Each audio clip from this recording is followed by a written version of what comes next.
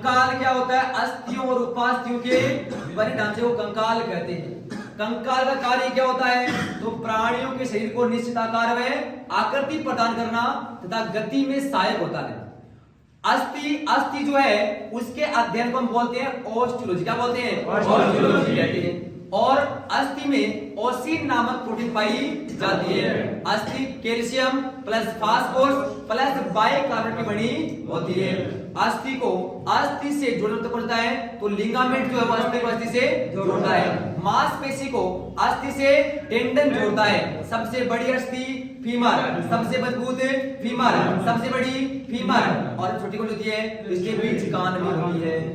जो सबसे छोटी होती है वो होती है स्टेपीज, कान में पाई जाती है। उसके बाद बड़ा उपास्थि, ये मुलायम और लचीली होती है। इसमें कोंड्री नामक प्रोटीन पाया जाता है। उपास्थि हमारे बाह्यकर्ण में, नाक में, जोड़ों में और श्वास में पाई जाती है। कंकाल दो प्रकार के, एक होता है बाह्य, एक होता है आंतरिक। बाह्य कंकाल कीरेटिन प्रोटीन का बना होता है, जैसे बाल, नाखून, खुर, सींग, मछली के सर और कछुए का खोल। अंतःकंकाल अस्थियों का बना होता है और इसमें 206 अस्थियां होती है।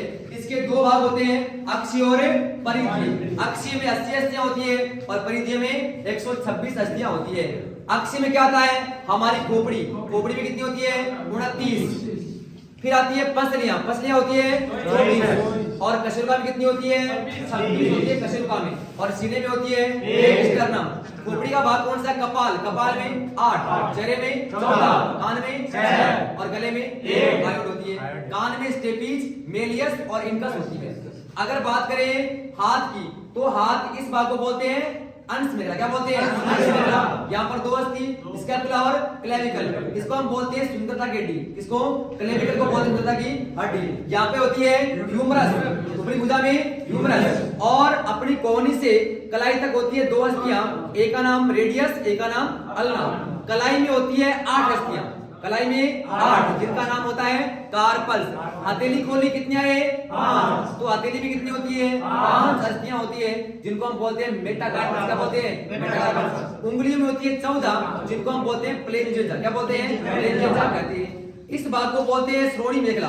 यहाँ पर दो अस्थियां होती है। और जो जांग है, यहाँ पर एक अस्थि जिसका नाम होता है फीमर, और घुटने में एक पहले के समान अस्थि का नाम होता है पटेला नाम होता है। घुटने से टखने तक कितनी अस्थियां? 2 अस्थियां होती है, एक का नाम टिबिया और एक का नाम फिबुला होता है। टखने में 7 अस्थियां होती है, जिनका नाम होता है टार्सस। टखने में कितनी? 7 अस्थियां, नाम होता है टार्सस। और तलवे में कितनी होती है? 5 अस्थियां होती है, जिनका नाम होता है मेटाटार्सस। उंगलियों में होती है 14, जिनका नाम होता है प्लेनिजा। उदाहरण सीने में स्टर्नम, गले में एक हायोड जो एकमात्र मुक्त अस्थि होती है। जबड़े में मेंडिबल जो सबसे कठोर अस्थि होती है। जबड़े में कौन सी? मेंडिबल जो सबसे कठोर अस्थि होती है। समझ के बात को? ये अपना टॉपिक पूरा हो गया। अब आगे हम अगला टॉपिक छोटा सा शुरू करेंगे। ठीक है? धन्यवाद।